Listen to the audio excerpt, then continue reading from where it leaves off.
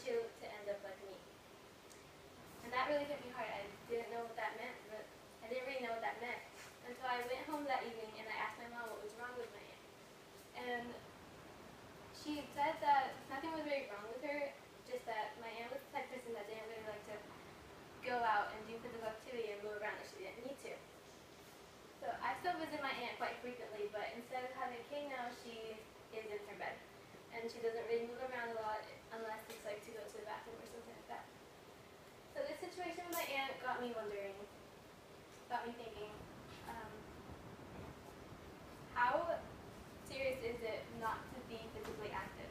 How serious is it not to go out and go get some exercise? And so I started to do some research, and I stumbled upon the World Health Organization, and it said that being physically inactive is the fourth leading risk factor and causes 6% of all deaths each year in the world. 3.2 million people die each year because they do not get enough physical activity in. So there was a study done when they compared people who did at least 30 minutes of physical activity each day and people who did not. And the people who did not get at least 30 minutes of physical activity in each day had a 20 to 30% increased risk of death. So by not getting those 30 minutes in, they were setting themselves up for dying sooner. There are 24 hours in a day. That's 1,440 minutes. You would still have 23 and a half hours to do anything you wanted if you just took 30 minutes to decrease your chance of death and set yourself up for a better tomorrow. So, keeping my promise to my aunt, I found a sport that I really like to do, which is soccer.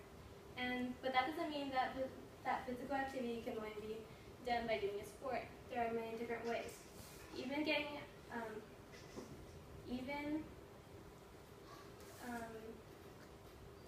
Even walking around for at least 30 minutes a day can benefit your life greatly.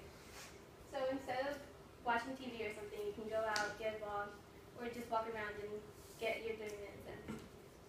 So there are a lot of benefits for doing exercise for at least 30 minutes a day. Some benefit your body and some benefit your mind.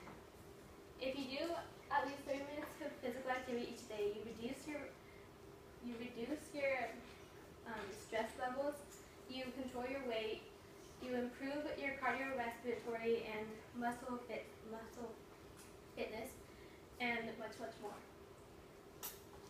So, my call to action. Now that you know the benefits of doing physical activity and the risks of not doing physical activity, I would like to introduce the 30-day challenge. On average, a person can form a habit and retain and make it a habit if they do it for 30 minutes a day. So, as an experiment, I did this one with my family. I asked them to do at least 30 minutes of physical activity for 30 days, and by the end of this, I noticed that it was like routine. My dad would go on runs, my mom would take walks, my brother and I would play soccer, and my sister would go to the gym. And it was just part of our lives now, just going out and getting 30 minutes of physical activity in each day.